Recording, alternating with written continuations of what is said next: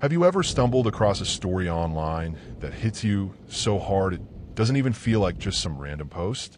Today I was scrolling through Reddit and found a few stories like that. Way too real, way too creepy to ignore. I've got a feeling you're going to want to hear these. So, no more waiting, let's dive right in. Story 1. It started with a post-it, bright yellow, stuck to the inside of the fridge. I found it when I came home from work. It said, "You forgot the milk." I thought maybe I wrote it and forgot. I had a rough week, late nights, deadlines, not much sleep. It happens. But the next night, I found another one. "Please don't lock the hatch. It gets cold up here. I live in a one-bedroom house. No rumats. No tenants. No reason anyone should be using the attic." I checked the hatch and the hallway ceiling. Locked, just like I left it. I even climbed up there with a flashlight. It was empty, but when I came back down, there was a new note on my coffee table. "Thank you." I called the police. They searched the house.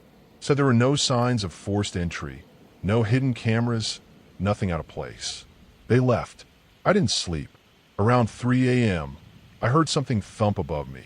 A slow, dragging sound, like someone shifting their weight in the attic crawl space. I stood in the hallway, staring up at the hatch, holding a knife in one hand and my breath in the other. Nothing happened. In the morning, I found a note stuck to my bathroom mirror. "I like watching you sleep." The handwriting was different this time. Sharper, like it had been carved into the paper. I stayed in a motel that night. When I came back the next day, the house was just how I left it. Quiet. Empty. Until I opened the bedroom closet. There was a new note hanging on a coat hanger. "Why did you leave? I'm sleeping with the lights on now. Every drawer and cabinet stays open. I check every corner, every shadow. I haven't gone back into the attic. I won't, but I can hear him up there, dragging something heavy, laughing when I cry. Tonight, I found the worst note yet, folded under my pillow. I've been trying on your skin. It fits." I didn't sleep after that. I burned the note, scrubbed the pillow, left every light in the house on, and kept the knife beside me in bed. But it didn't matter. At 3:09 a.m., I heard it again. The creak of the attic hatch. This time it opened. I didn't go check. I couldn't move. I just stared at the ceiling, heart pounding, barely breathing, waiting for something to happen. Nothing did. Not until the next morning when I found footprints on the hallway floor. Bare feet, trailing from the attic hatch to the side of my bed. And back again. The dust made them clear. Each one pointed forward except for one. The one beside me. It was turned sideways, like he'd been standing there. Watching. Waiting. I left the house and went straight to the police again. They searched everything again. Said there were no signs of entry. No signs of anyone. But I know better now. He doesn't need a door. He's already inside. That night, I stayed in a hotel 3 towns over. A place with bolt locks and security cameras and zero attic access. When I woke up, I found a note on my nightstand.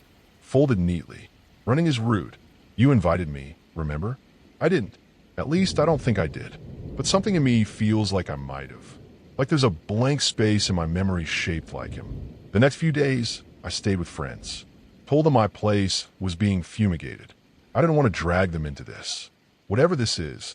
But it didn't stop. New notes kept showing up. One tucked into my jacket pocket. "Your friends smell like plastic." One under my plate at dinner. "You chew wrong." And then one scrawled across my rearview mirror in grease. "I'm going to be better at being you than you ever were." I don't think he wants to haunt me anymore. I think he wants to replace me.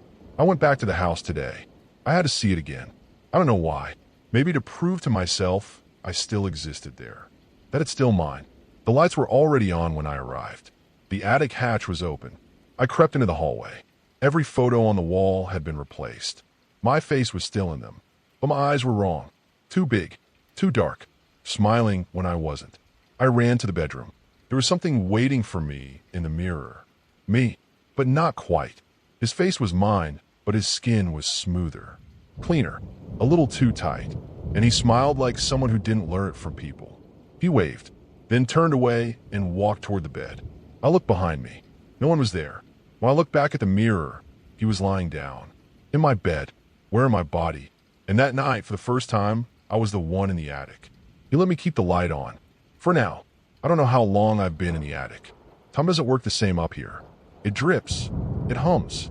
It folds around the corners like wet cloth. Sometimes I see flashes through the vent, the reflection in a spoon, a glimpse in the TV screen. Him walking around in my body, cooking, laughing, stretching my skin like it finally fits right. He doesn't talk much anymore. He doesn't need to. Everyone thinks he's me. He goes to work, calls my friends, sleeps in my bed, smiles when people ask if he's feeling better. He's better than me now, more patient, more likable, more alive. But he made a mistake. A small one, a stupid one. He forgot about the mirror in the basement. The old one, the one with the crack in the top right corner. The one I used to check before job interviews, before dates.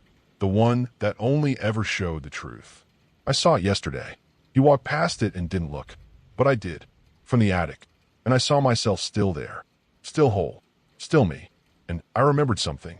He didn't take me. I gave myself to him. I remember the night now. The scratching in the attic. The voice that came after the third drink. The whisper that said, "You don't have to be tired anymore." And I wasn't. Not after I let him in. He promised he'd take the hard part. The pretending. The smiling. The weight of being me. And he did. But now I think he's tired too. Because last night, there was a new note in the attic. Scrawled in jagged, desperate ink across the wood above me. I can't do it anymore. You win. And just like that, I woke up in the bed. The lights were off. The hatch was closed. My hands felt smaller than I remembered. My skin fit again. But something felt wrong. I turned to the mirror and smiled. It was still his smile.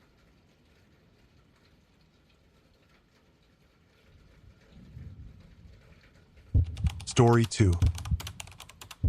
I've gone back and forth on whether I should post this.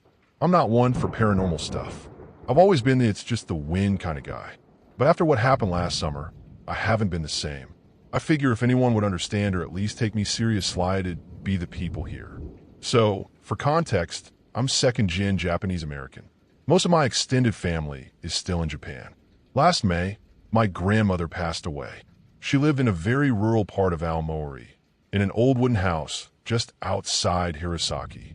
When no one else could make the trip to take care of the estate, I agreed to go.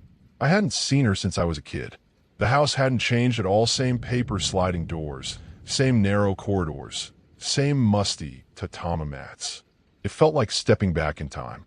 It was small, dark, and strangely cold, even in June. Everything creaked. I chalked it up to age, but there was a heaviness in that place I didn't remember from childhood. It wasn't welcoming. I was supposed to be there for a week just to sort things out, clean up, and coordinate with the real estate agent.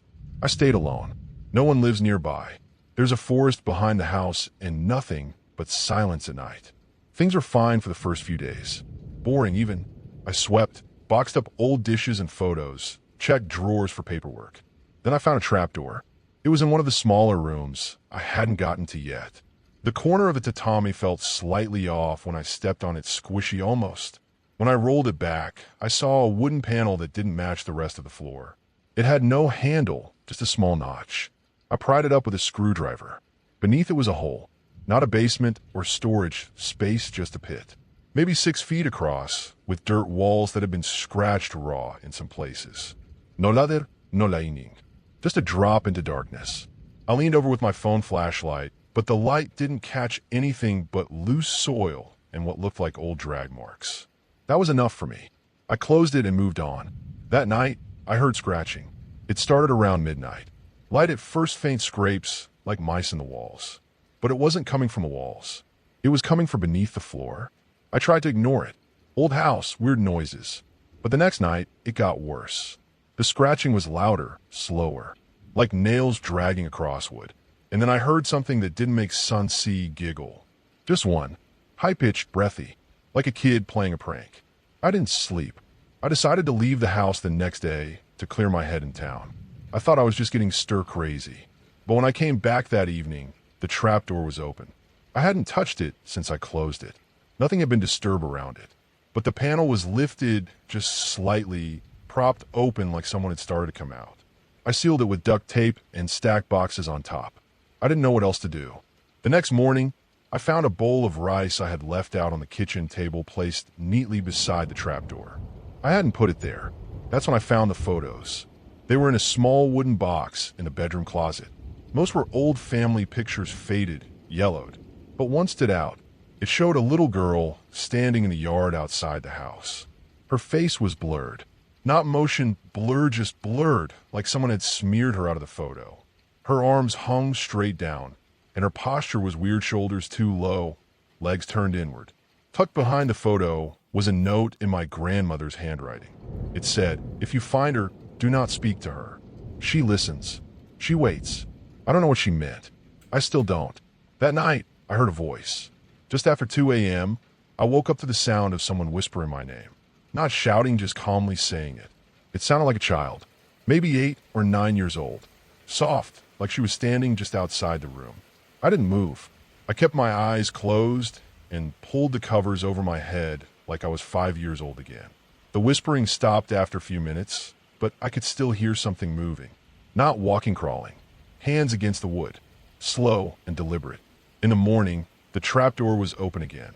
I taped it shut with more layers, nailed down a board from the shed, and pushed a shelf over it. I left the house that afternoon and stayed in a hotel for the rest of the trip. I didn't tell the real estate agent what happened. I didn't tell anyone. The day after I went back to gather my stuff, I arrived early around 7 a.m. I didn't want to be there when the sun started going down. I loaded everything up fast. I didn't even go into that small room. But as I got into the car and started backing out of the driveway, something told me to look back. I don't know why. I wish I hadn't. There was something in the window. It wasn't a little girl. It was tall, almost touching the ceiling, standing behind the paper screen. But the face was wrong. No eyes. Just smooth, pale skin, stretched tight, with deep, empty sockets where eyes should have been.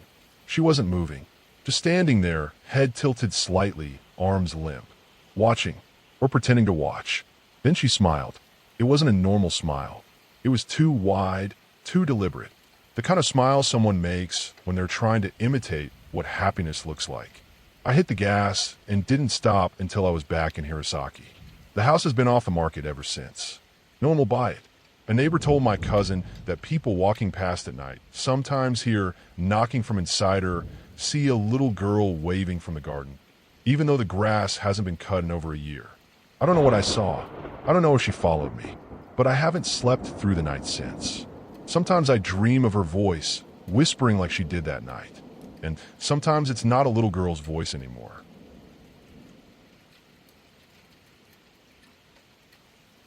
Story 3.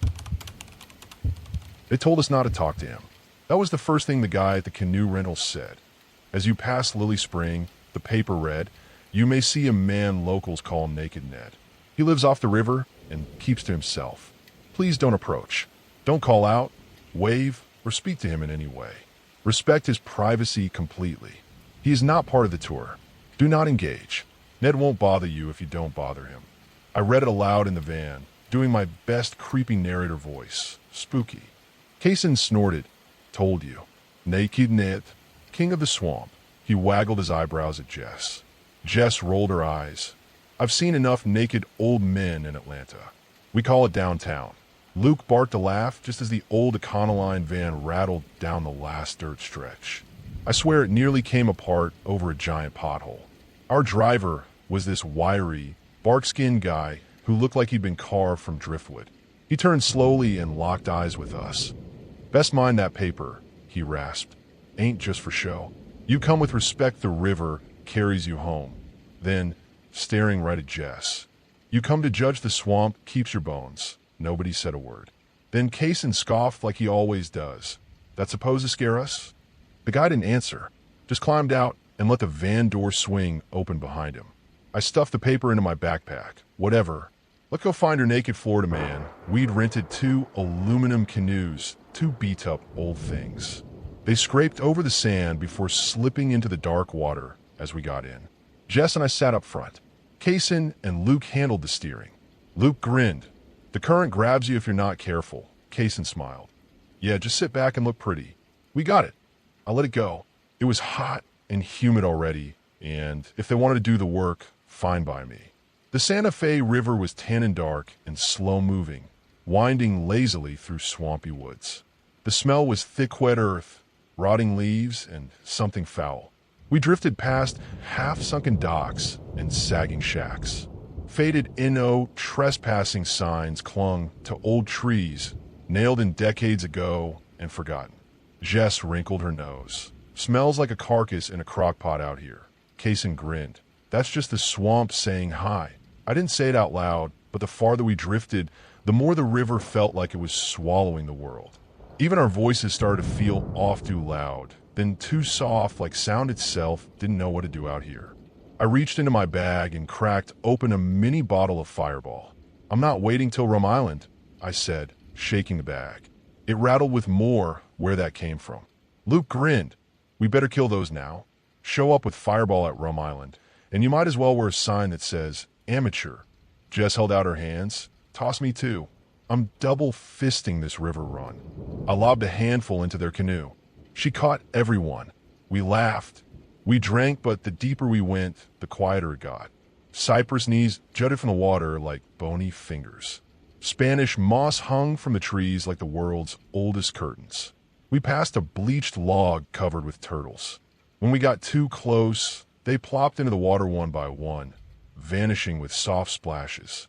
J'ai jumped, Jesus. Just turtles, Luke smirked. I wasn't so sure. Where there are turtles, then came the yellow, eyes barely above the waterline. A gator, watching, not moving. Nasty bastard, Kaysen muttered. No one disagreed. A little farther on, we passed a leaning pine tree. Wired to the trunk was a skull, maybe deer, maybe not. One antler hung down like a broken limb. Jess spotted it. Well, that's not creepy at all. Kaysen clenched his jaw. Idiots hunting out of season. Silence settled in. They say people disappear out here, he added. No splash. No trafe. Just gone. Jess scoffed. Bullshit. But her eyes stayed locked on the skull until it disappeared behind us.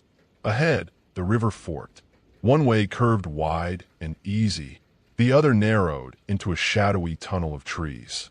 The water in that direction turned crystal clear. That's Lily Spring, Luke said quietly. We stared into it. It was beautiful in that way deep water can be too still, too clean. I took another swig of Fireball. Jess grinned. Well, let's go meet him. Then the current shifted and started to pull us in. The water turned crystal clear white, sand on the bottom with scattered leaves and roots twisting like veins. No one spoke. Then we saw it. A crooked yellow sign nailed to a tree. Naked net ahead, I snorted. Seriously? The outfitters put that up? Kaysen smirked. The swamp did it. Nobody laughed. The message came first, smeared on a small warped wall of old plywood. I'm not qualified to cast the first stone, are you? Then we saw him. He stood behind the wall, just tall enough to cover him from navel to thigh. He was tall, disturbingly thin. His skin too tight, like it had been stretched to fit bones it didn't belong to. His hair was long, matted with river scum. His beard even longer and clung to his chest like Spanish moss. But it was what hung below the wall that really hit us. Between his legs dangled something long and hideous. It looked like a dead snake, shriveled, lifeless, roped with veins, hanging almost to his ankles. Whatever it used to be, it wasn't anymore. I don't even want to describe it again. For a second, we all just stared. Jess gagged out a laugh. Kaysen whispered, "What the fuck is that?" Ned didn't move, just stared at us like we were already caught. Jess, drunk and fearless, stood up in the canoe. "Hey, Ned, you gonna show us the goods, or just stand there like a scarecrow?" Jess' top eye snapped. She threw her arms wide. "Come on, what's the point of being a famous naked swamp man if nobody sees it?" Ned tilted his head. "I show everyone the same thing," he said. "It's only the guilty who have to die." His words drifted across the water like a putrid breeze from hell. Jess sat down hard.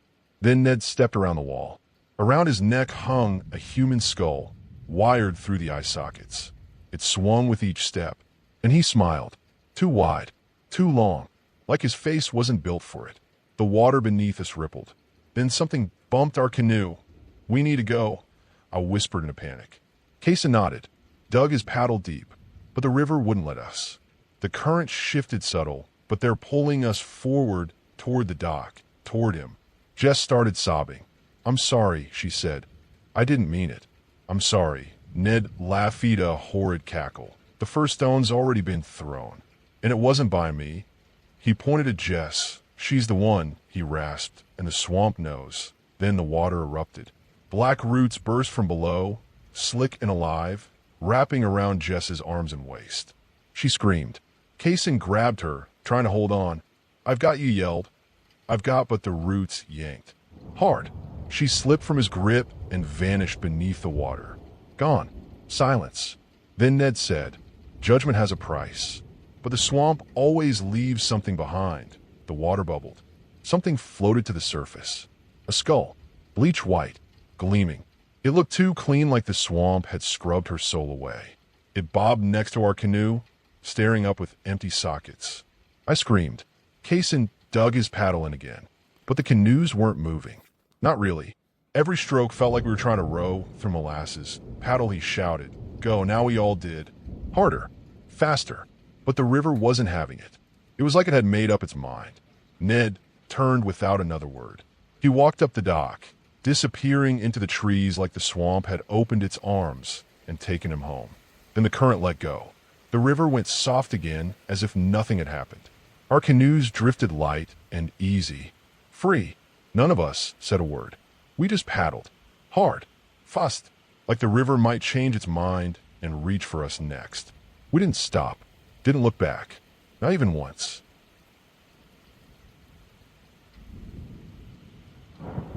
Story 4. This might be nothing, but I've had this gnawing feeling in my stomach ever since I got back from my cousin's place. And after what happened last night, I just need to get this out. So I stayed at my cousin Tyler's house for a few days while I was in town for work. He's kind of a weird guy. Lives alone in this older 2-story house near the edge of the woods. Not run down or anything, just creepy. Like it remembered being someone else's house longer than it has been his. As if it was waiting for someone who never came back. Or maybe never got the chance. The upstairs felt heavier. Like the house was quieter there, but not empty. Like it was waiting for someone small to come back. He offered me the spare bedroom upstairs, which was nice. Said no one ever uses it after his mom passed, so it was all mine. Though that somehow made me feel even worse. Like I was borrowing something that hadn't been unwrapped yet. I had not thought about his mom in years. She died when we were teens. I barely remembered her, just that she always kept one door in the house closed. Never went upstairs. Always smelled faintly like baby powder, but the first weird thing happened right when I got there. When he showed me the room, he didn't step inside. Just opened the door and stood in the hallway. Don't leave the closet door open, he said. He didn't say why. Just tapped the door frame twice, like he was confirming it hurt him. His fingers tapped the frame like a knock, rhythmic, almost rehearsed. Like a lullaby, played backwards. I laughed, thinking he was joking, but he didn't smile. Tyler tapped the doorframe twice and said, just keep it shut. I've had issues. When I asked what kind of issues, he shrugged. It creaks. Makes noise at night. Doesn't matter if you hear it or not. Just keep it closed. I thought that was a weird way to phrase it. Doesn't matter if you hear it or not. It sat with me longer than it should have. But whatever. Every house has its quirks. The room was clean, barely used. But there was a chipped baseboard with faded pink paint beneath the white. Like it had once been a different room for a different someone. My eyes drifted to a spot near the closet where the wallpaper peeled in the shape of something square like a toy shelf had once been there. But the square was too low. Lower than eye level. Like it had waited for someone smaller. Someone who never got tall. Update. One first night, nothing happened. The bed was stiff, the room a little too cold. I kept the closet shut. Just like he said. I even made sure the latch clicked. At some point during the night, I woke up. No reason. Just suddenly wide awake. The room felt different. Still quiet, but wrong. The closet door was open. Not wide, just a few inches. But enough. I got up, muttering to myself, annoyed more than anything. Probably didn't close it right. I shut it again, harder this time, and went back to bed. I didn't hear it creak. Didn't feel the air shift. No hinges. Just open. Like it had always been that way, and I had simply remembered it wrong. I thought a kid's game peekaboo, maybe the kind that teaches you something disappears when you're not looking, and returns different. And yet I had this weird thought as I was falling back asleep. If I didn't hear it open, maybe it didn't use the hinges. Update, 2-second night. I was more careful. Tyler had gone to bed. Early sleeps on the couch downstairs. Doesn't even use the second floor. I asked him again about the closet thing, and he got vague. It used to be a nursery, he said. My mom never let me sleep in there either. Said it held on to things. There was a hesitation in his voice when he said nursery, like he hadn't said that word aloud in a long time. Tyler did not look at the room. He just sipped his coffee like it wasn't the first time he'd tried to forget that sentence. That did not help. I shut the closet tight again, wedged a chair under the knob, just for good measure. I even took a photo to prove to myself I did it. I woke up at 3:12 a.m., not from a sound, but from movement. The chair was across the room, and the closet door was open again, this time wider, at least a foot. The air felt thick, like it was waiting for me to notice. I didn't go near it, just turned on every light I could and stayed up until dawn. I swear I heard whispering under the bed. Not words, just a mouth trying to remember how to speak. Like a kid trying to remember how to form words. Not like it forgot, but like no one had listened for a very long time. Like someone reenacting a bedtime story no one read to them. Update. 3. I asked Tyler one more time if he has ever actually seen anything in there. He didn't answer at first, just sipped his coffee. Then he said, "If it likes you, it doesn't hide." I laughed. "So what happens if it doesn't like you?" He didn't laugh back. "Don't sleep facing the wall," he said. He didn't say it like a warning. He said it like a rule he had already broken once.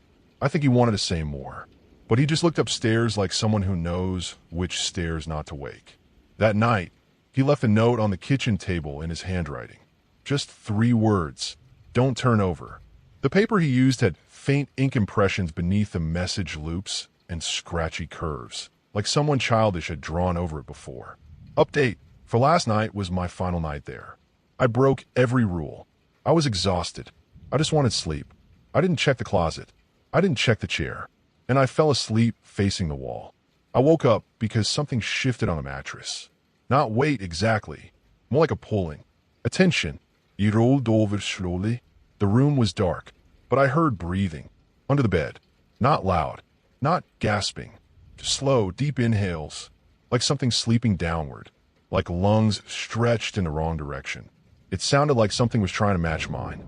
Not mimic. Sync. Like I wanted to sleep the way I did. I wanted to get up. I wanted to run.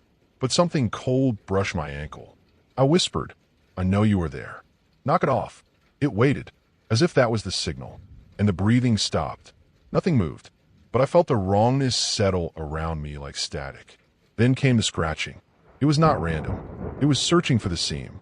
The one that let things through. It started slow like one finger tracing the underside of the mattress. Then more joined in. Light at first. Curious. Then harder. Urgent. The mattress groaned. I could feel the springs warping beneath me, as if something was pushing up, slowly trying to get through. I stayed frozen. Every muscle in my body screamed to move, but I couldn't. The scratching became rhythmic. It sounded almost like it was digging. Inside the mattress. When it finally stopped, there was a pause. Silence. Then a whisper not under the bed, but in my pillow, next to my ear, still facing me. I didn't scream. I couldn't. My throat felt locked. I waited until sunrise before moving. When I finally got up, I saw the closet was closed, and the chair was back under the knob. Except it was not the chair I remembered seeing. This one was old. Too small. The kind you would find in a classroom or a nursery. The varnish was cracked like it had dried out, waiting to be used. There were faded stickers on the underside. One looked like it used to be a cartoon face. A smile, worn away. One of the stickers looked like it had been peeled off and stuck back on again. Like someone couldn't bear to throw it away. I touched the chair once. The wood felt soft, like it had been held by smaller hands for years. I don't know why, but I checked underneath it. Scratched into the grain 5 tallies. The last one fresh. Like something was still counting. Still keeping score in a game no one had finished. I'm home now. I want to text Tyler, just to ask if he ever turned over. But I did not. I think he already told me. Not with words. With the way he never goes upstairs. The way he taps the doorframe like a promise he broke once. The way he never, ever says goodnight. And just 10 minutes ago, I heard a noise in my room. A tiny creak. And when I turned, my closet door was open. I always leave it shut. There are letters etched into the wood. "Thank you for turning over." I knew you would. Beneath it, drawn faintly in blue crayon, a stick figure. arms open wide, 5 lines above the headlight candles. Or birthday wishes, a smile too wide, like someone who practiced but never got it quite right.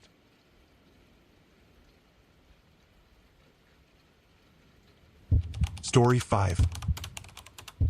You've probably never heard of Furo Manor. Good. It's not the kind of place anyone would want to know about. There are no listings, no website, and not even a whisper about that cold-blooded stone carcass in those travel blogs that risk death for clicks and clout. It probably isn't even known by that name, but I'll just call it that. Try looking it up. You won't find anything. So I'm no professional ghost hunter, just a hobbyist. I have this bad habit of chasing rumors and urban legends about forgotten places all across the globe and then trying to experience them myself. I know it sounds dangerous, but more than half of such stories are bogus. Well, with some exceptions. I'm part of a larger network of people like me, which is how I even found the place to begin with.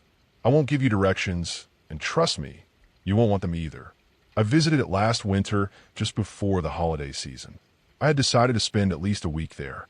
My cab driver to this place was a local from the nearest town in the countryside, and he literally begged me to think twice before actually agreeing to get to this place. He didn't want to be morally responsible should anything happen to me. When I arrived, it was already late night. Visibility was terrible with the bitter winter chill and a dense fucking fog. The place was a chateau of lost grandeur, all carved in stone with an iron-wrought decadence, and a large courtyard behind it. Across this courtyard was the actual Furo Manor, now an eccentric museum of art and antique. The chateau had been converted into a hotel, and it was impressively well maintained. The guards at its grand entrance were rather unwelcoming and grim. Something about their faces suggested that they wouldn't hesitate to bash my brains in had I annoyed them. Inside, the reception area was decorated with elegant aged wood furniture under a golden chandelier light. A woman behind the desk vanished into a side room just as I approached. She returned minutes later, flushed from some argument, her voice sharp as she slammed the door shut. "That's not my problem, you do your job, and I'll do mine," she shouted, before she spotted me and slipped into practice professional warmth. After an unexpectedly smooth check-in, I lingered by the lounge, watching the other guests as they lounged about. I waited for a lobby boy to take me to my room. It was then I noticed a portrait hanging in the lounge. It depicted a mustached man in an immaculate crimson suit with a gilded monocle over his right eye, with an expression fierce, proud, and predatory. The plaque read, "Sir Furo, quite the presence, isn't he?" said Alan, the lobby boy, evident from his badge. He had a soft voice and an apologetic manner. He built this place his legacy, an unconventional philanthropist, and to be honest, not exactly known for his kindness. "How so?" I asked, rather confused. Story goes, he once disfigured a petty servant with a metal club for not pressing his overalls properly. Wasn't out of the line for him. You know, Alan delivered it like an indifferent fact, not horror. He tested the air for my sudden loss of words. Breaking the silence, he offered, "Follow me, sir. Let me take you to your suite." I reminded myself to recheck the local folklore and history later. It wasn't the first time I'd heard sayings about malefic figures, but something about this place felt too wrong. We walked in silence to the second floor. The hallway was dim, its ornate crimson carpets muffling our footsteps. Gilded frames lined the walls, each holding portraits of long-forgotten figures. I didn't even know who they were. I really had underestimated the size of this place on first glance. It was much bigger inside than it appeared from the outside. Had it not been for Alan, I would have had a hard time getting to my suite. The suite. It was beautiful, but too perfect, like it didn't want to be lived in. Velvet curtains draped the tall windows, dark wooden furniture gleamed under soft lighting. A standing lamp by the curtain, almost veiled. A neat TV on the wall across. The bed was large, neat, and pristine with perfectly pressed linens. It was luxurious, yet clinical like an exhibit in some museum. After an hour or so of readying myself for the night, I decided to set up a camera with night vision by the dresser. After all, I was here to document the place. There were rumors of my peers capturing apparitions reside in the rooms once they left. Unnervingly so. The reported spirits were known to stare into cameras, as if they wanted to be acknowledged. Some photos did circulate, but they looked staged, like someone had hired prop actors to play the mutilated dead. I kind of wished I wouldn't experience this. For the sake experiment, though, I did begin to set up my camera on a tripod by the dresser. With the setup ready, I decided to step out. I didn't care about the bad weather. I put on some warm clothes and locked the doors behind me. The hallway lights stung after the room shadows. Alan spotted me from across the stairway.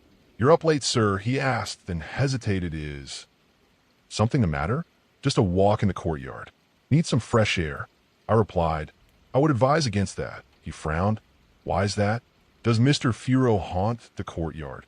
I joked. "Not quite, sir, not quite. It's just that it's too cold outside and the fog's still thick. You wouldn't want to ruin your stay with the rather unpleasing fever and chills," he replied. "I'll take my chances," I said. "Is there anything else I should be aware of?" Alan frowned again as he hesitated. "Be careful, sir. If you see any staff outside, standing unnaturally still, don't talk to them. Just walk on, or leave." I laughed it off nervously, but his warning stuck. Maybe he was into the lore of this place. Descending to the lobby, I passed staff moving with eerie precision. Polishing, sweeping, arranging. Too focused, too mechanical. I headed to the historical wing where the courtyard entrance was. The air was growing colder, the lights dimmer. At the large doors stood a grinning guard, eyes frozen onto a blank wall. His smile was too wide. He didn't blink.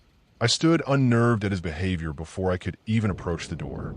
But then, just as if he read my mind, his eyes turned to me, grin faltering into a subtle smile. "Evening, sir," he said, though it was well past midnight. He opened the door slowly, silently. I stepped out without hesitation almost immediately. The courtyard was swallowed in fog, dreamish lights from lampposts cutting through. Gravel crunched underfoot. The silence was oppressive. I wandered, disappointed at first. I hadn't heard many things about the courtyard itself, but those that I had, not worth mentioning, didn't come through. Not that it was paranormally unimportant, it was. The courtyard was the only bridge to Furo Manor, and the only place you could catch a glimpse of the window. The window? Oh yes. There were whispers among our circle, an urban legend we called the Hour of Violence. It was said to occur on certain midnights, halfway through the hour. No one knew what it meant. It was never documented. But if you were lucky, or rather, unlucky, you might see a pulsing red, crimson glow in the topmost window of the manor. Hence the name, since it resembled blood. The window was of an attic sealed off long ago. Renovation crews had cemented the stairwell. You'd have to break through the walls from beneath to even reach it. And say, fortunately, unfortunately, I was lucky, unlucky, enough to witness the glow on the very first night, yes. At first, I thought I was hallucinating. But no, it was real. The glow. I couldn't believe it had revealed itself. Heart pounding, I pushed forward, using the crimson pulse as a guide. There was, just beyond the fenced gates, the lone attic window, glowing deep red, pulsating like a heart, beckoning, a shade of red. I stared too long. And then came the thoughts. Alan must die. Why? Alan. Yes, Alan. Kill him quick before what? Stop thinking, just do it. No, not me. Not my thought. Alan. His neck. Break his neck. Snap quick, it's easy. Alan must die. Must. Do it. Do it now. Hands twitch. So easy. Too easy. When it feels so good. No. Alan must die. Smash his head. Yes, good. Smash his head. He must die. No, not mine. Not my thoughts. Not at all. Something evil. It was speaking to me from within. I felt fear creeping over my body. My spine began to bend. I felt a sudden tension, as if it was being ripped apart. And then I saw him, a thin man in a staff uniform, standing motionless beyond the gate, eyes locked on the glow like it was revealing divine truth. He trembled not from cold, but from anticipation. Violent anticipation. I didn't wait to see more. I felt dread begin to choke me, and so I ran. Just as I took off, behind me, I heard a sudden burst of motion, rapid, inhumanly fast.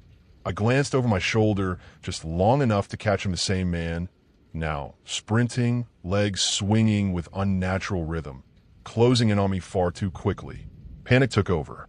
I couldn't even remember his face. I didn't think. I just ran harder. I burst into the chateau, threw the door shut behind me, and stumbled toward the hall.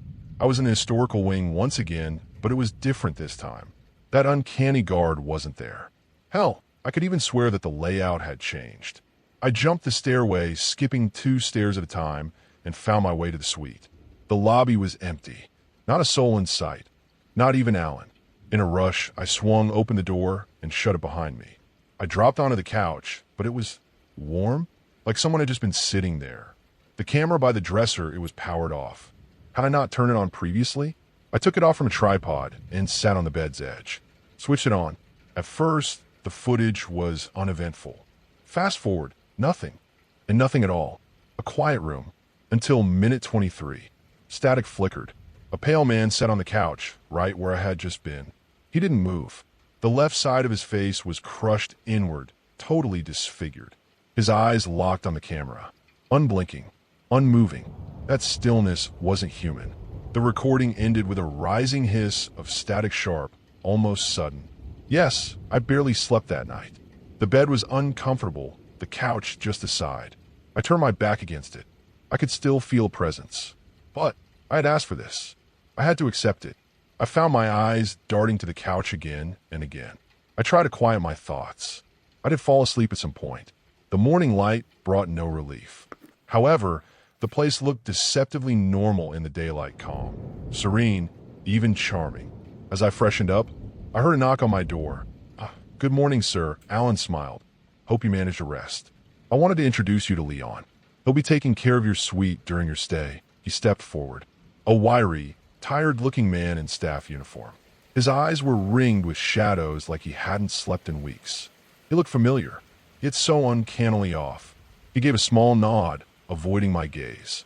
Was he the one in the courtyard the previous night? I watched him go about doing his errands in the room, fidgeting about. Yet he was too quiet, his movements odd. As he left, he gave me a shy nod and whispered something, disappearing downstairs. I caught Alan near the servant quarters on the floor. I told him of my experience last night, not everything, but the fact that I thought Leon chased after me manically in the courtyard. Alan's face changed subtly, but unmistakably. His easy smile faltered. That's unacceptable, he said firmly. His brow twitched, his voice now a notch lower. You're certain it was Leon? I hesitated. I think so. I mean, 2 can't be 100%. It was dark, but the frame, the uniform, the way he stood, it matched. Alan paused for a moment too long. Then he left me with a cold, determined I'll look into it, no denial. No explanation, just a cold promise. As I returned toward the main wing, a sliver of motion caught my eye just beyond the half-glass of a service corridor door. Alan and Leon, pinned against the wall. Leon shrunk under Alan's looming presence. I heard the snap in Alan's voice. It was quiet, venomous. I don't fucking care how tired you are. One more slip, and I swear I'll. He leaned closer. He exhaled. You ruin a guest stay again, and you won't have a job. Or a face. You understand me? Leon barely nodded. His mouth trembled like he wanted to speak back, but thought better of it. Through the translucent window, Alan looked my way. I backed away before either of them saw me. I decided to go on with my day.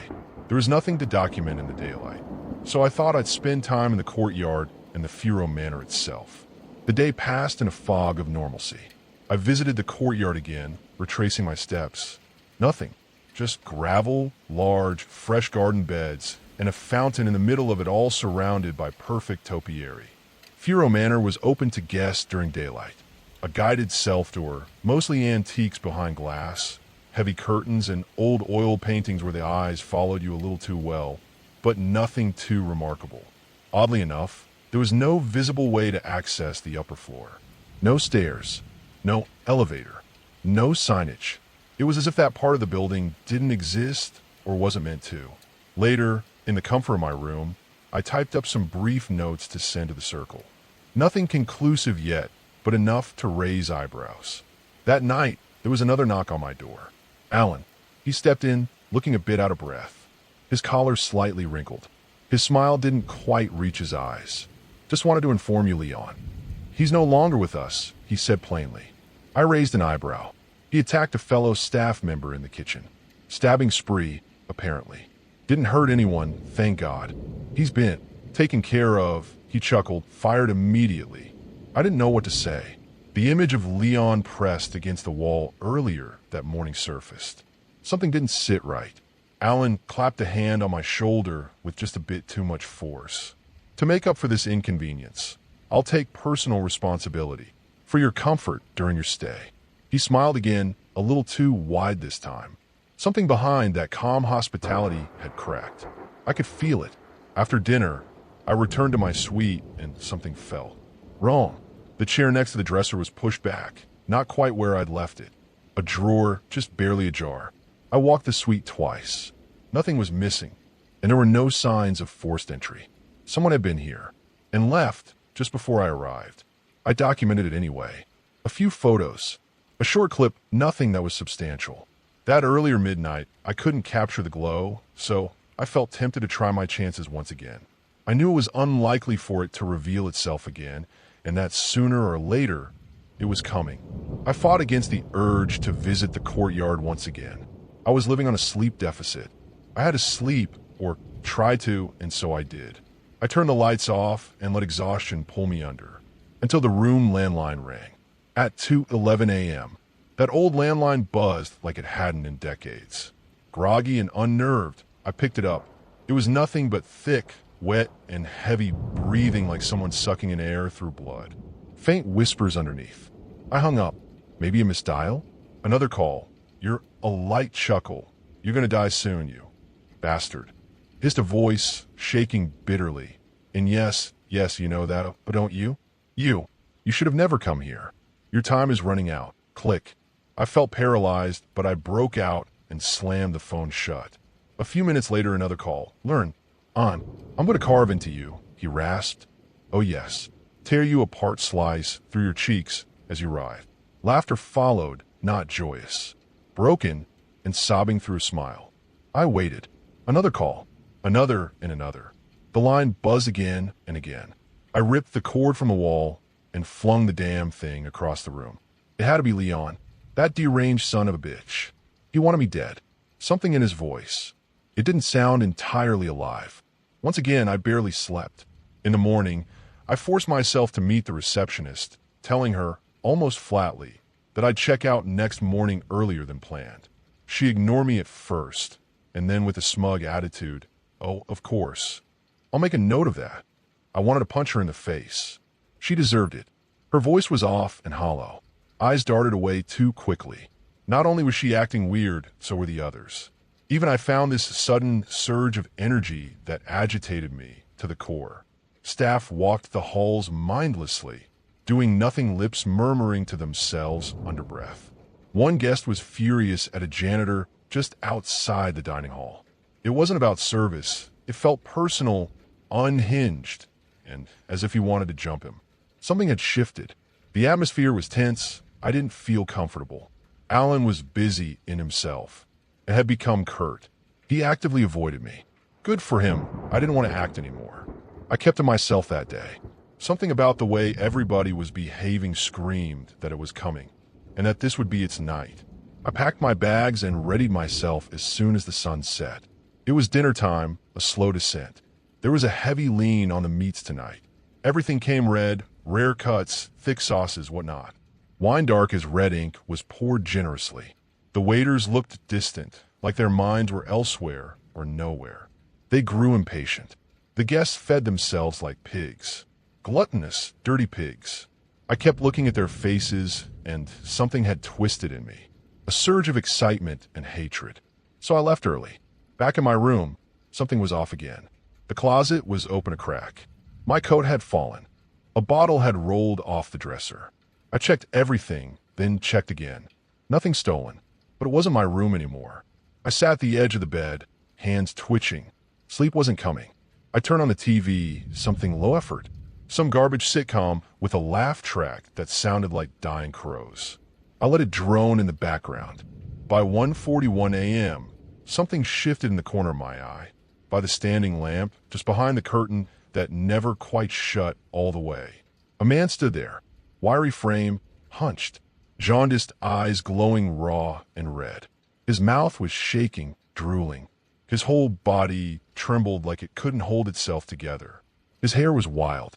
In his hand, he held a serrated knife. Excited that finally, after what was probably hours, I noticed him. God knows how long he had been here. The man Leon. He didn't charge. He twitched, and then he lunged. I sat there, almost paralyzed for a moment. The blade came down into the mattress just as I rolled away, toppling backwards. He pounced maddened, erratic and fast. I kicked, scrambled. With unnatural force, that wiry man pinned me to the floor, straddling my chest as he began to drive the dagger into my arm. A thin wound tore open, my skin splitting beneath the pressure. His face hovered inches from mine, drooling like a hungry animal.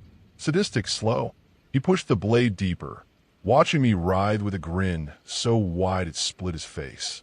I screamed, the pain blinding, and managed another desperate kick, his head hitting the wall beside the TV.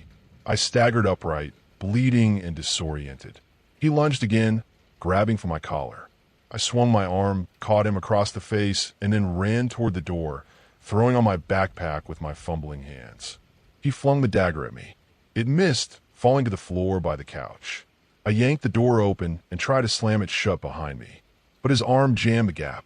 As I turned, breathless, Alan stood by the doorframe, expectant, silent, holding a club, eyes cold and hateful. He swung. It missed my jaw by inches, glancing off my left shoulder and leaving it throbbing. But the second blow, it landed, hard on Leon. The club came down on Leon's skull with a sound I'll never forget, wet, cracking, final. He dropped, just a pile of limbs now. Then I heard the screams. From the hallway, from downstairs, from everywhere. The hour of violence had begun. Alan didn't stop. The club rose and fell and rose again.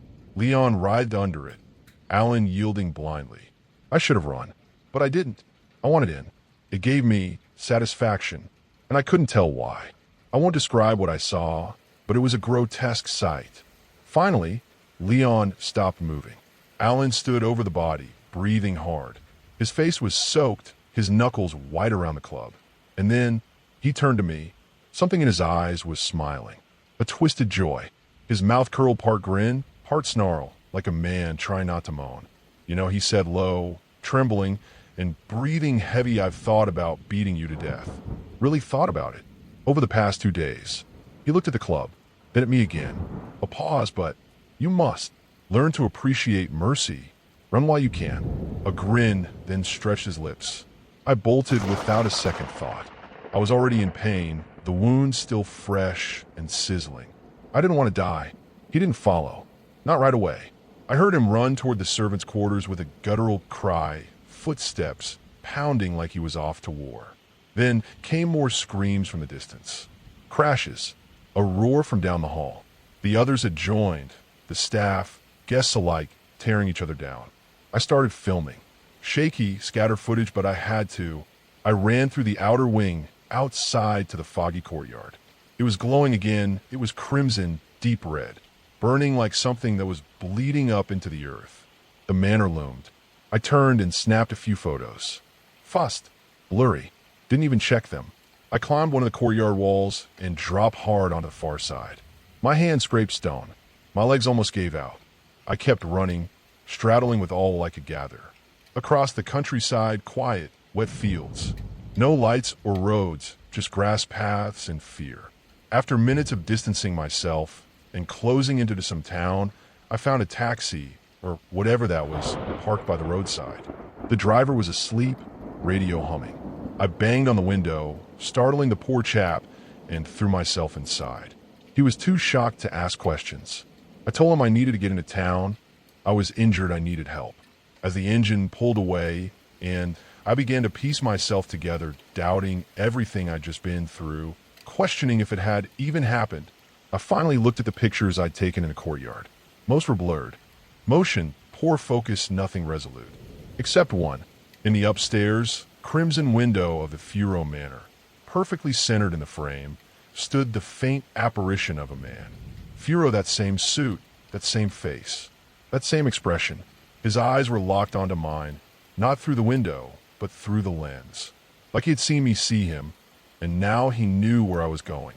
The driver dropped me off at a clinic in a small town on the edge of the countryside. The city wasn't far, about an hour, maybe less. But I didn't want to stay any longer than I had to. As I rushed in, I told the driver almost assertively to take me to the airport or somewhere close to it. Promised I'd pay him double. Yeah, I was desperate. I was trying to go home, but I really just needed to get anywhere else. I still think of the experience to this day. The picture is a cursed memoir, a temple of violence. It possesses me with an energy so unholy, so magnificently wrong, it makes me want to rip my heart out.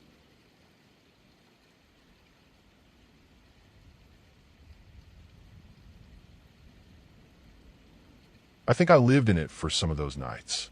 The memories are still blurry, but here's what haunts me the most. Why was the last time different? Why did I wake up in daylight? Why was that the only time I made it out? I ran 10 minutes from the cave to the trail. That's far, but not far enough to explain why the pattern broke. It doesn't make sense, and maybe it's not supposed to. Some things are random for a reason. Some horrors don't follow rules. This is just what I remember, my perspective. But I know one thing for sure. It's over now, and I'm never going camping again. No, fuck that. I'm never going near the woods again. That's it for today's creepy Reddit tales. Before we go, I just want to say a quick thanks to all of you for watching, liking, and sticking around. You guys keep this channel going, and I'll be back soon with more stories that'll make your skin crawl. Drop a comment if you've got your own spooky tale to share, and I'll see you in the next one.